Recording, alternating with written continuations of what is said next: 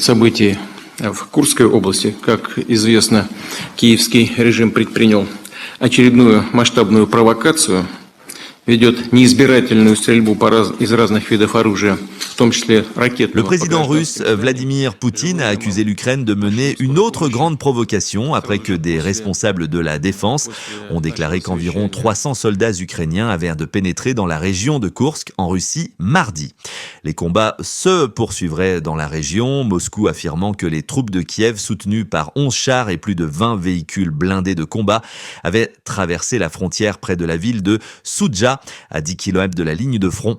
Des milliers de personnes ont quitté leur foyer dans la région, selon les responsables, tandis que l'Ukraine n'a pas encore commenté. S'exprimant avant une réunion du Conseil de sécurité à Moscou, Poutine a accusé les forces ukrainiennes de cibler des bâtiments et des résidences civiles. Les combats auraient eu lieu dans plusieurs villages en territoire russe tout au long de la journée de mardi. Ils ont été suivis de frappes aériennes ukrainiennes qui ont tué 3 civils et se sont poursuivis pendant la nuit selon les autorités russes. 24 personnes, dont 6 enfants, ont été blessées dans les attaques ukrainiennes dans la région frontalière, a déclaré Moscou.